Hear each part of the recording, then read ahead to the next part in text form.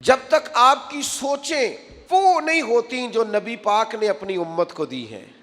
میری تقریریں سمجھ کے باتوں کو سنا نہ کرو، تھوڑی دیر ڈیرا ڈال کے تو دیکھو بھلا وہ سوچیں کیا ہے۔ یعنی سوچ یہ ہے کہ ایک میدان کے اندر چند صحابہ زخمی پڑے ہیں اور گرمی ہے اور جنگ ہے اور پیاس ہے اور جسموں پر زخم ہے اور تکالیف ساری ہیں، تو ایک شخص نے پانی کا پیالہ پیش کیا ایک زخمی کو۔ سوچ قومی ہے،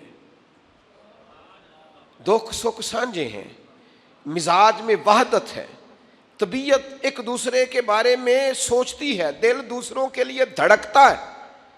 اس کیفیت میں بھی وہاں لیٹے ہوئے بھی صحرا میں زخموں سے چور چور پانی کا پیالہ قریب کیا جاتا ہے، تو وہ شخص کہتے ہیں میرے اندر حوصلہ ہے، صبر ہے، اور میرے زخم بھی تھوڑے ہیں، میں برداشت کر لوں گا، یہ میرے بھائی کو پانی پلا دے، ذرا زیادہ تکلیف میں ہے۔ یہ سوچیں، آپ سمجھیں یہ کیا ہے، اس درد کو آپ محسوس کریں یہ کیا ہے۔